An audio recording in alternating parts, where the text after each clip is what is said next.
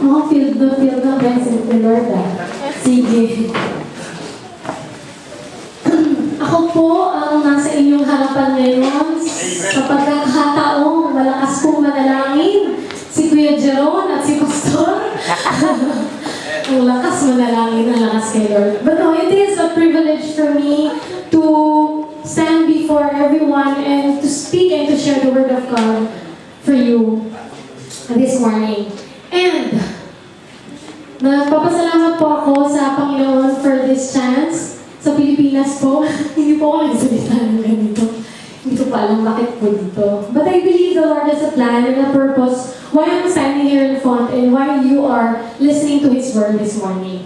Sige po, kahit po tayo nakaupo, let's bow a simple word of prayer. Panginoon, hinihiling ko po ang iyong kamay na pumatong sa akin and ask that your words be the words that will come out from my mouth. Let our hearts be soil ready to receive your word, and may this seed, Lord God, grow in our lives. May we come out of this place victorious, change life, at may nabago po sa aming buhay at spirito. Salamat po, Panginoon. Have your way in this place. Move and have your way, O God. In Jesus' name we pray. Amen. So, nung ako po ay naatasan na magsalita po sa inyong harapan, ano po ba ito? Okay. Ayan. Nagtanong ako, Lord, ano pong sasabihin ko? Hindi pa po ako nag-speak ng ganito. And hindi ko pa alam, Lord, I'm not qualified to speak in front of these people. Then the Lord just speak to me during a devotion and He just said, just tell about your testimony, how you grew, how you are right now because of me, meaning because of God. So I would start this message with a simple background of my life. Ako po ay lumaki sa isang pamilya na ang mother ko po at father ko, kinasal po sila ng sarado, kandado, nakatapon sa dagat ng susi na Katoliko. So imagine how strict that was. Then my mother had an experience with the Lord, and she was converted, naging Kristiyano po siya, at kaming tatlong babae po ay pinanganak. So, to make the long story short, Christian po ang aking mother, ang father ko po ay sarado, kandado, Katoliko. So it was hard for me. It was hard growing up like that. Sabi ko, Lord, medyo may conflicting of ideas. But then, araw-araw kami, every Sunday kami, binilipit ng mama ko to Sunday school, and true enough, may natanim po sa puso ko, no? Yung mga Sunday school na yun. So, loko po ako sa church, sa youth camp, sa ministry, sa Sunday school, sa mga conferences. But then there come a times in my life na nawala ako kay Lord. In short, nag-backslide ako. I was not proud of it, but it was a testimony of my life that I have seen God's love in my life. I have done things na hindi ko akalaing magagawa, hindi alam ng magulang ko. And when I was in that time, sabi ko, Lord, ayoko na dito sa lugar na to, please take me out. I don't know how. Sabi ko, Panginoon, hindi ko alam paano ulit sa kasalanan na to, but teach me. As usual, every year mayroong camp. So every camp, may isi-share. And this is what I'm going to share with you this morning is what had changed my life from being a backslider to coming back to the Lord. Yung ma-experience yung redeeming power ng Panginoon. So, here it goes. It goes with the letter P because yan po ang aking pangalan. It's about passion, purpose, and power. Passion, purpose, and power. Ito po yung pagkakataon sa buhay ko na kinausap ako ng Panginoon kung ano ba ang role ko sa buhay na to. First, we'll start with passion. Sabi sa Webster Dictionary, maaari po ba nating basahin? Passion?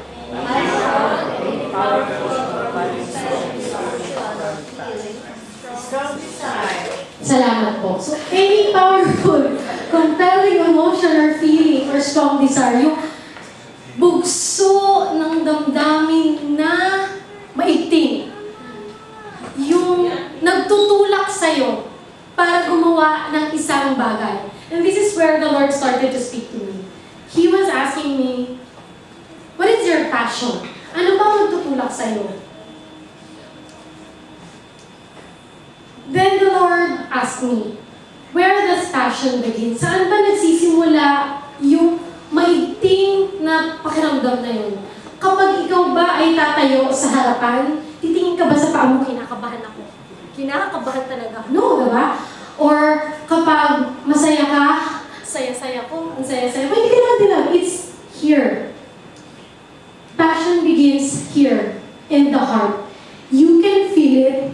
You can even hear your heartbeat sometimes.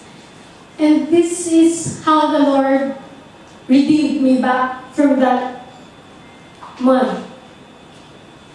It will always go back to the basic. It will always be the heart issue. Then tinanong ko ng Panginoon, ano ba ang nasa puso mo? Then, dahil po ako ay heart. Sa Hebrew po, sabi, heart is leb. Meaning, which is used very widely for the feelings, the will, and even the intellect. Likewise, for the center of anything. Hinarap ako ng Panginoon doon sa pinakagitna ng pagkatao ko. And it is my heart. Since ako po ay isang nurse, it said in Jeremiah 17:9, the heart is deceitful above all things and beyond cure. Who can understand it? I, the Lord, search the heart and examine the mind, reward the man according to his conduct, according to what his deeds deserve. Even God knows that the heart is deceitful above all things. Even God knows na mahirap i-cure, mahirap, ano bang Tagalog ng cure? Gumaling ang puso. Gumaling, something like that. So, it says in Jeremiah 6, ito po yung panahon na si Noah, panahon nila Noah, nakita ng Panginoon yung mga tao na sumasama na yung puso. Ito yung naging window ng Panginoon kung para makita ang isang tao. The Lord saw how great man's wickedness on the earth had become. And that very inclination of the thoughts of his heart was only evil at that time. So puro kasamaan lang yung nasa puso ng tao ng mga panahon ni Noah. Even the Lord was grieved. The Lord was grieved that He made man on the earth. And His heart was filled with pain. So once the Lord seizes your heart, seizes through the window of your heart, that there are evil thoughts, there are evil things, my anger, my frustration, my greed, my lust, my unforgiveness, even the Lord would grieve. Even the Lord's heart will be filled with pain. Then, when I saw that moment na pinakita sa akin ng Panginoon na yung puso ko at yung puso niya, almost the same na pag nasasaktan ako, nasasaktan din siya, then it started to dawn on me how much the Lord loves me. Dahil ako po yung isang nurse, ako po yung isang OR nurse, ito po ang ating puso. Meron po siyang 4 na compartment. Gaaral po tayo ng anatomy. Hindi po. So basically, a heart is formed with 4 compartments. My right ventricle, left ventricle, right auricle, left auricle. And it's amazing how the heart beats. Yung pang right ventricle, correct me if I'm wrong sa mga nurses, papasok ang unoxygenated blood. Tapos dito sa left ventricle, doon naman, dinidistribute yung oxygenated blood. Itong right auricle and left auricle. This is not important. This is the physical heart. What I want to submit to you this morning is the spiritual heart. Yung puso ko, yung puso mo before the Lord. And it would be the 4 windows of the heart. So kung physical na heart, may 4 na compartments. Even your heart, my heart, everyone's heart has 4 compartments. And ito po yung 4 na window kung paano ko nakita ng Panginoon, kung paano po ako inilabas ng Panginoon from that clay. First window is, basahin po natin please, the public life. The area of productivity. So ito ang window ng puso natin na alam ng lahat. Alam ko po na si Kuya ay nagigitara and ginagamit siya ng Panginoon, praise God. Alam ko po na si Nicole ay baby at sa kanyang simpleng smile ay ginagamit siya ng Panginoon. Alam ko pong may mga engineers, alam ko pong may mga nurses, alam ko pong may mga sales lady, at alam po ng Panginoon at ng tao at ng sarili mo, itong parte ng buhay mo. So this part of my life, the Lord questioned me, how is your public life? That time, I drink, I smoke, I did everything na hindi gawain ng isang Kristiyanong babae. And, take note, that time, punta ako sa church, upo. During the time, I was doing it. And I was so convicted na nung tinanong sa akin ng Panginoon, kamusta public life mo? Anong nakikita ng mga tao sa labas ng church sa buhay mo? It just so turned me around. Sabi ko, Lord, nakakahiya. Hindi maganda yung public life ko. Patawad. These are the things that I know and you know about me. So ito yung area ng buhay ko na nakikita ng tao. Ano ka ba as a testimony to people? How is your public life to people? Public Christian life to people? Is it something that glorifies God? Is it something that pains God's heart? It says in Psalms 128, verse 2, you will eat the fruit of your labor. Lord, ano tong mga tinatanim ko sa buhay ko?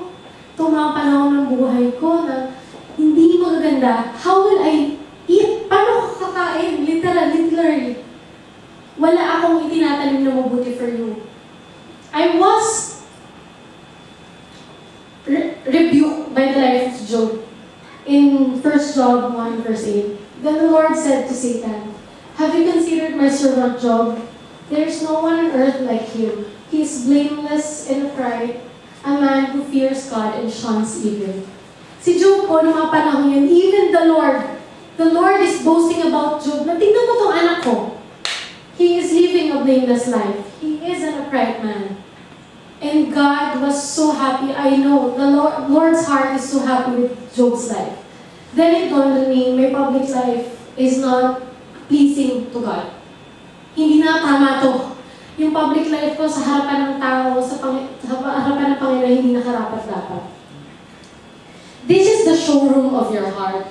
Ito yung mga pinapakita natin sa tao. So, nung pinakita sa akin ng Panginoon kung ano ang public life ko, I repented, I just knelt down before Him. Lord, I don't know how. I don't know how to come back to you, but I just kneeled before Him and Lord, take over the public life of my heart.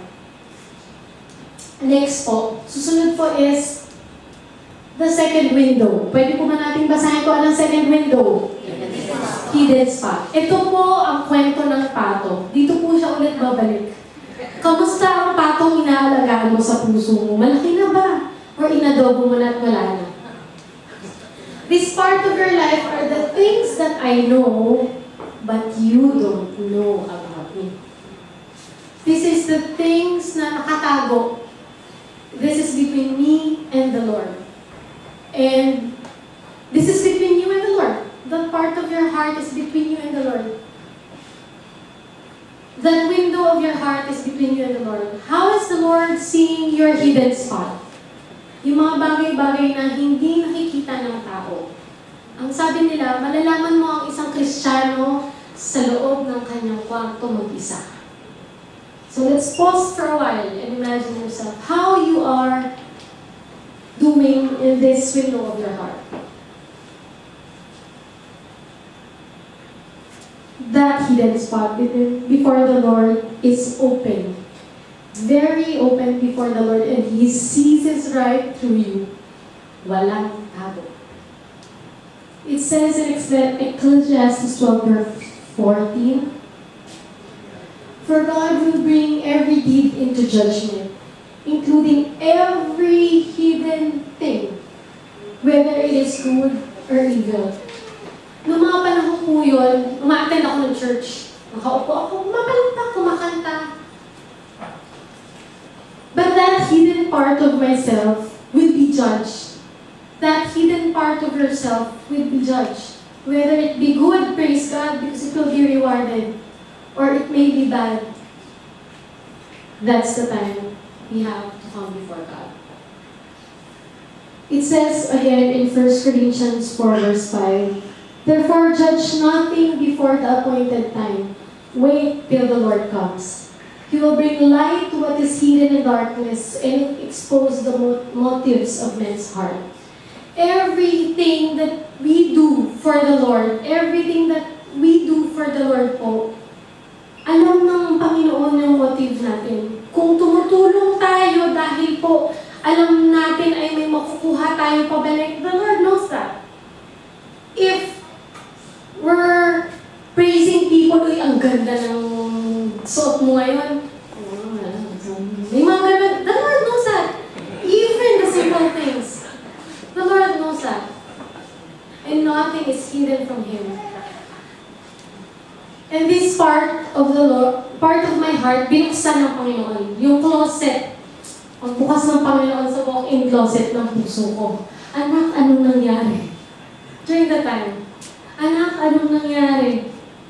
But then, I asked God to just reveal things sa akin. Yung mga bagay na tinatago ko, "Lord, bigyan niyo ako ng lakas ng loob para harapin to."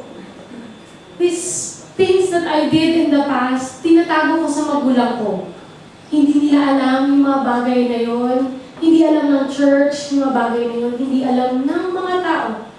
It's only between me and the Lord. And this part of my life, kitang-kita ng Panginoon. How He changed me, later I will share with you. The third window, pwede po ba natin basahin? The blind spot. Ito po yung parte ng buhay ko na hirap akong i-deal sa Panginoon. "Lord, wala akong ganyan.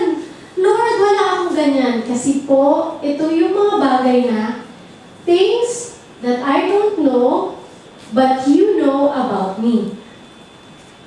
I am not aware of it. Hindi tayo aware sa bagay na to sa buhay natin. Lahat po tayo meron po nito. Sabi ni Lord, lahat po tayo meron po nito. May blind spot tayo. Minsan hindi natin alam kung paano tayo magbiro. Nakaka-offend na sa tao. Sometimes it is our blind spot. Kung paano tayo, "Lord, in the Spirit, I will come to the church in my bed." Kahit ganun, yung blind spot natin na we're always in the Spirit. This is something minsan na hindi natin alam na nasa atin. And it's hard for me to accept that part of my life na denial ko pang tinatanggap sa Panginoon, na hindi ko pa tinatanggap sa harapan ng Panginoon during the time. And this verse came to me and just showed me why. 1 John 2 verse 12, "But whoever hates his brother in darkness and walks around in the darkness, he does not know where he is going because the darkness had blinded him." My father is Catholic. He drinks a lot. He's a salesman, so it's part of his job to drink. And every time he would come home, it's really a pain in my heart that he would just say things na malaki. So then, itong part ng buhay ko na sinabi ng Lord, "Alam mo anak, bakit mo ganyan? Because you have that hatred in your heart for your father." Lord, hindi ah. Anong kinalaman ng tatay ko sa pagganto ko? The Lord said to me straight in my face, "Because you just want to hurt him. I just wanted to hurt my father because it is my blind spot that he is hurting me." Sorry po. But that's the reality. I was verbally abused in the family. We were verbally abused. Words were spoken so harsh and so... Sorry. Thank you. Words were spoken so harsh and so strong that it break my heart, that it made my heart as a stone. Then, the Lord revealed that part of myself. Yung blind spot ko na all these years,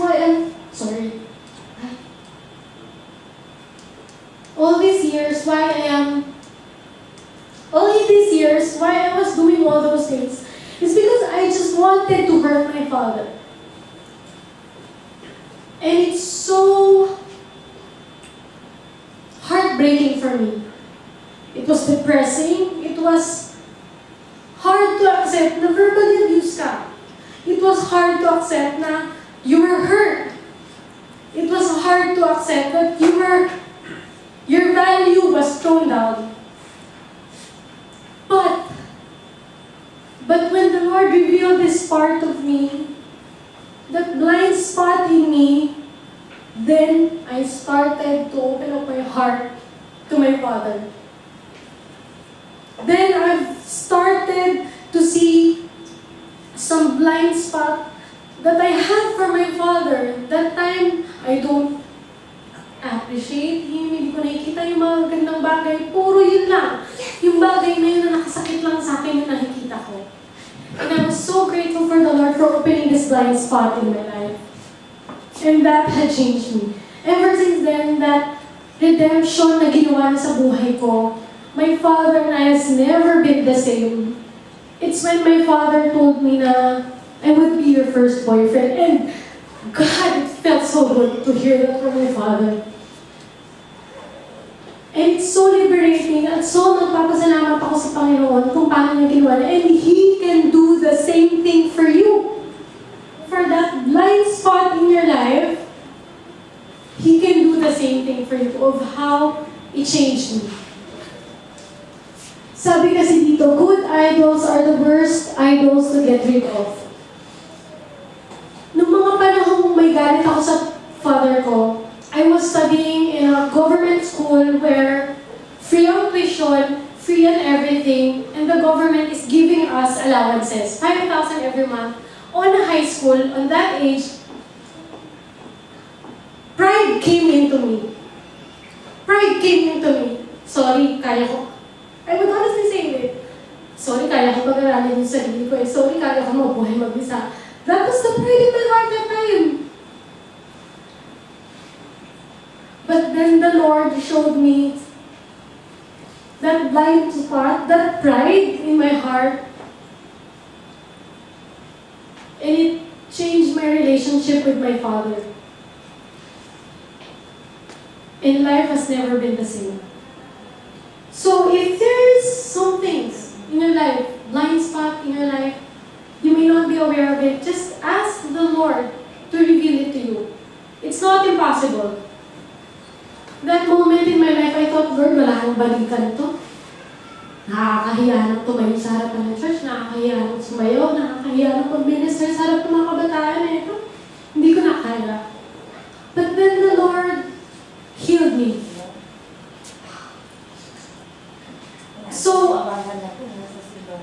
So I know, pinakita sa akin ng Panginoon ang aking public life, pinakita ng Panginoon sa akin ang aking hidden spot, ang aking blind spot. Sabi ko, sige Panginoon, babalik ako sa'yo. But what now? Ano na ngayon, Lord? Anong gagawin mo sa akin? How can you use me still? Then this fourth window of my heart was revealed, which is the mystery. Or the part, or the window of your heart that only God knows. These are the things that I don't know, and you don't know, but only God knows. Only God knows kung paano ako nakabalik. I don't imagine. Only God knows paano ako na-redeem. Only God knows how that broken relationship between my father and me was mended. Only God knows that time how. But He showed me it's possible. It is an area of mystery during that time. Sa mga panahon nandito ka sa putik and you want to go to that part of your purpose of your life sa Panginoon, you will not know how. It is a mystery. But still, God will bring you to that part of your life. It is a mystery. It is an area of challenge to a man's heart. It is God's challenge for me, for you, to take which path? The path of fear or the path of faith? Sa mga panahong gusto natin bumalik sa Panginoon, darating yung pakiramdam, and I'm telling you, it's normal. nakakahiyang pumunta ng church. It is normal.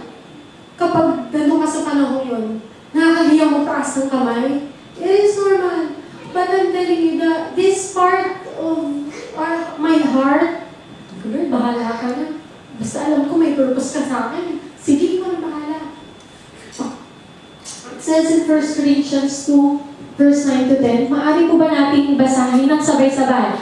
1, 2, 3.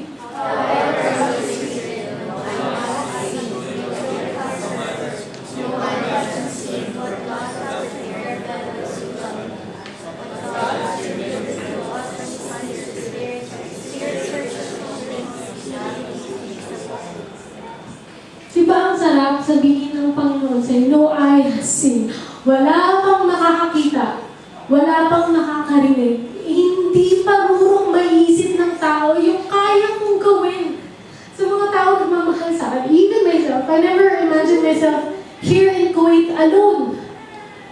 Hindi ako marunong maglaba, magluto, magplansya. Lord, paano ako magbuhay? But then the Lord put me in this place, and I never imagined how smooth everything went. Ang galing na only God knows. Ang galing ng only God knows na buhay, ng parte ng buhay ko, because I just stand in amazing awe of God. So this part of my life, these four windows of my heart, and I believe it is also part, you also have that. You have that showroom, you have that closet, you have that blind spot, and there's certain part of your heart that would want, Lord, anong meron sa future ko? Lord, anong meron? But I stand in front of you today, being a woman in miniskirts, in cigarettes, in alcohol, in all imaginable things. And it's possible that God can renew your heart, renew your life, change you, once you submit that four parts of your life unto Him. The healing of my heart went as this. As for my hidden spot, God is just asking you if you allow Him to sweep inside your heart. Literal na, buksan mo yung puso mo, maglagay ka ng upuan, paupuin mo yung Panginoon, how would God feel? Repent from any hidden sins. This is the only thing God is asking for us. Repent and you will be forgiven. Forgive and confess your sin to the person concerned. How it happened with my father is, I have to come up to him. Ang tatay ko hindi emotional na tao. Alam ni Lord yan. At kung kakausapin mo siya, ganun yun. At sobrang nakakatakot yun. But one day, I just come up to him. He was reading the newspaper. Patawad dahil nagagalit ako sa'yo. Patawad dahil may puwas sa puso ko how things. And I just said, I release forgiveness. Hindi pinasabi sa akin ng Panginoon kung bakit ako galit sa Kanya. I don't know why. But that time, yun lang. He was reading the newspaper. I stand on his side. Umiiyak ako. Patawad. Ganyan. I never thought what would happen. He just looked at me and read back the newspaper. But that time, I did not get what I want. The hug, the whatever. But that time, hindi man expressive yung father ko about it. But that time, the relationship has changed. That time, nabago lahat. He would text me, "Saan ka? Nasaan ka na? Nasaan ka na every night?" Which is hindi na ginagawa before. Nasaan ka na? Nasaan ka na? Uuwi na, may pagkain na dito. My father is a domestic type of a man. He would cook, he would wash, he says, basta mag-aral ka lang. So, sige ako mag-aral ng anak, basta mag-aral ka lang. He would cook, he would wash dishes, he would wash my clothes for me.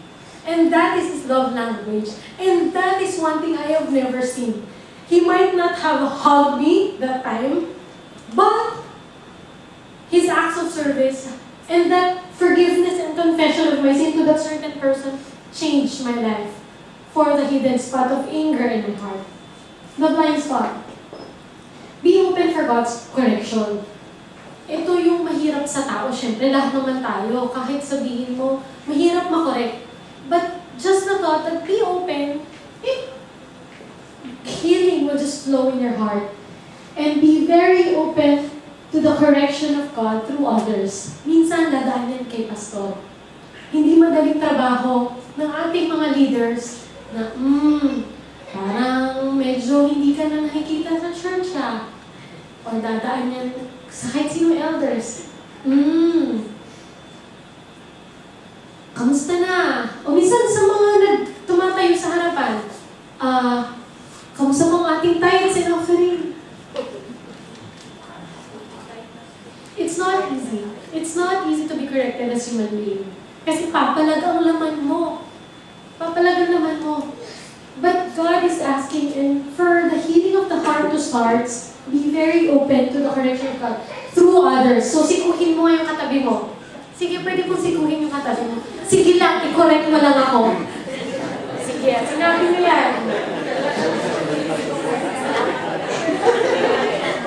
Sinabi niyo po yan sa katabi mo. So, sister, yung ano mo dyan, ha?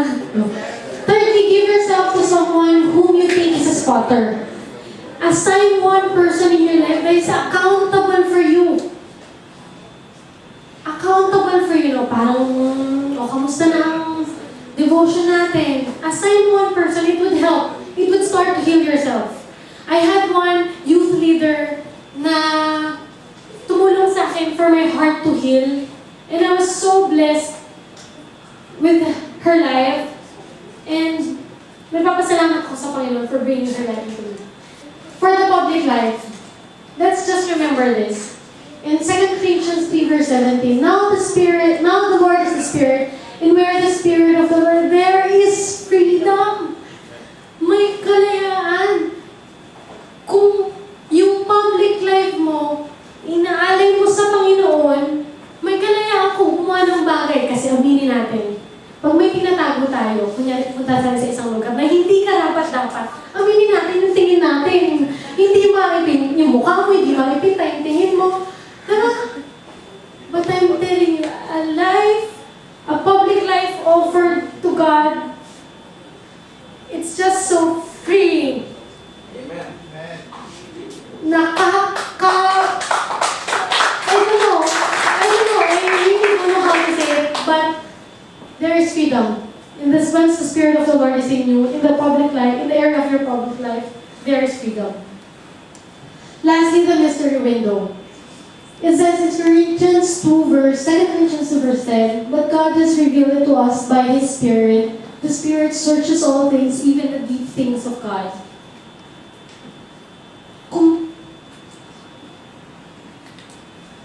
When God left the earth, He gave us a Holy Spirit. And that Holy Spirit can reveal things to you once you have that relationship. And that relationship with God will come. Siyempre, pag may karelasyon, kakausap mo araw-araw. Kateks mo minuto. Hinahanap mo kung nasaan. Same thing. If you want this part of your life, the mystery window of your heart, be revealed or just have that peace in you. That God is in control. And the Spirit is speaking to you. It will just go smoothly because God has promised. No eye has seen, no ear has heard, no mind has ever conceived what He can do through you. And ang pangako niya, I will prosper you and not harm you. I will give you hope and a future. And God is just knocking into your hearts right now, that four windows of your heart. How are you in your public life? How are you in your hidden life? Hidden spot, the hidden part of your life. How are you in your blind spot? How are you in the mystery? Do you trust God?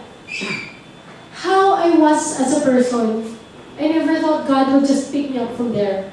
But He changed me through this, through that passion, through that heart, by reminding me, sis, what is your passion? Lord, ang passion ko sumayaw sa'yo eh. Eh, bakit ako sumasayaw sa labas?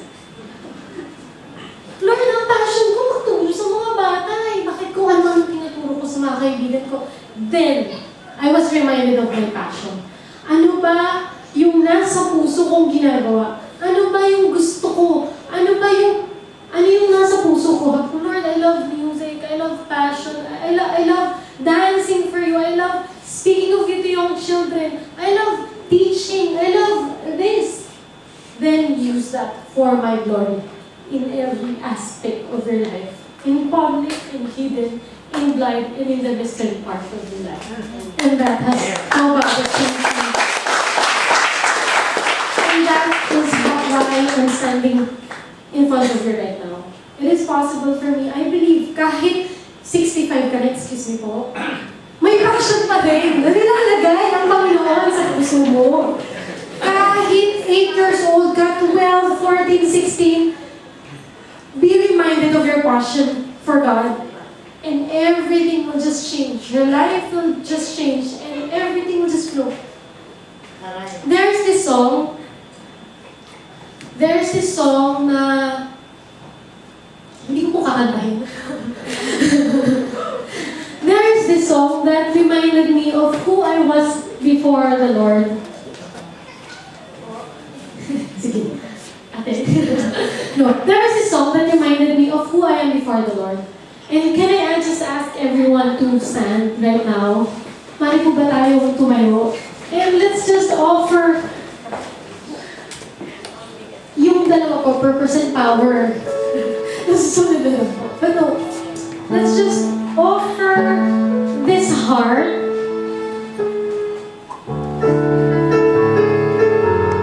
before the Lord.